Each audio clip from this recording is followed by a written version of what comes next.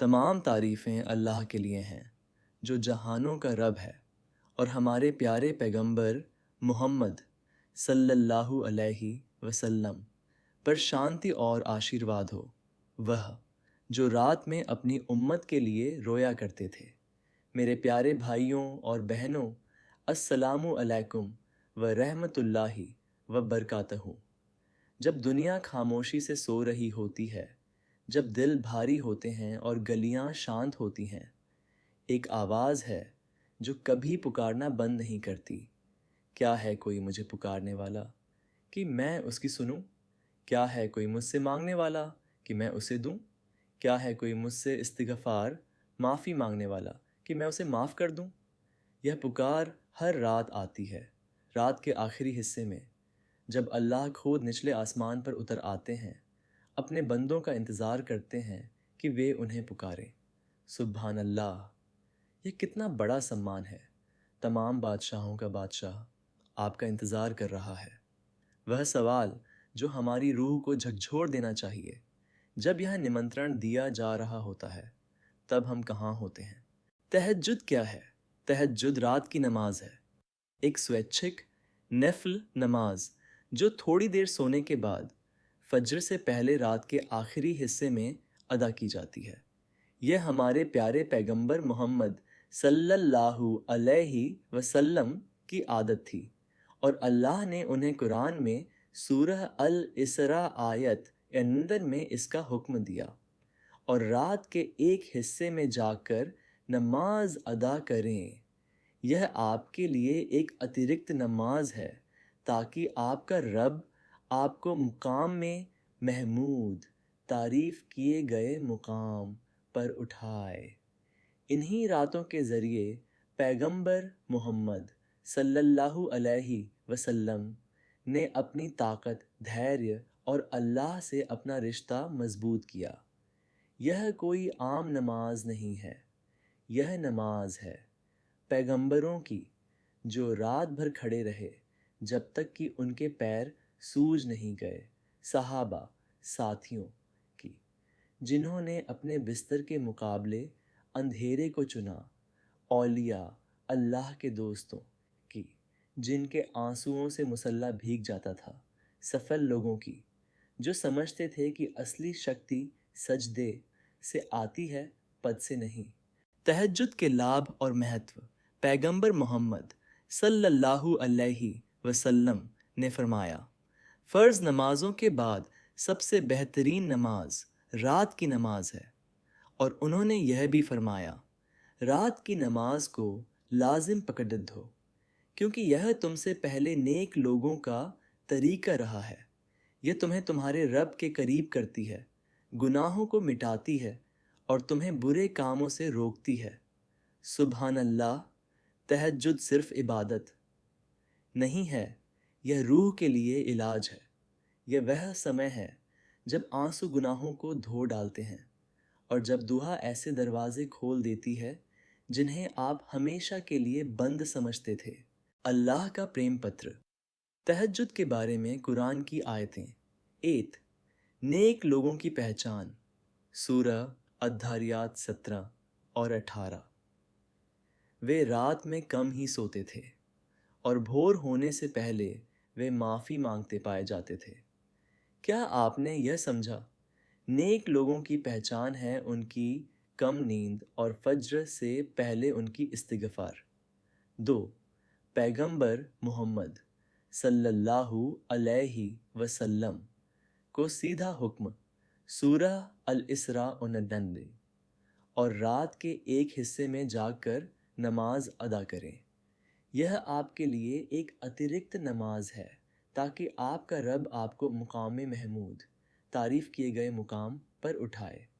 اگر اللہ نے اپنی سب سے پیاری مخلوق کو، جنہیں پہلے ہی جنت کی گارنٹی دی گئی تھی، پدوی اونچی کرنے کے لیے تہجد کا حکم دیا، تو یہ اس کی طاقت کے بارے میں ہمیں کیا بتاتا ہے؟ 3 سچے مومنوں کی نشانی، سورہ الزمر 9۔ کیا وہ شخص جو رات کی گھڑیوں میں عبادت کرنے والا، سجدہ کرنے والا اور قیام کرنے والا ہے،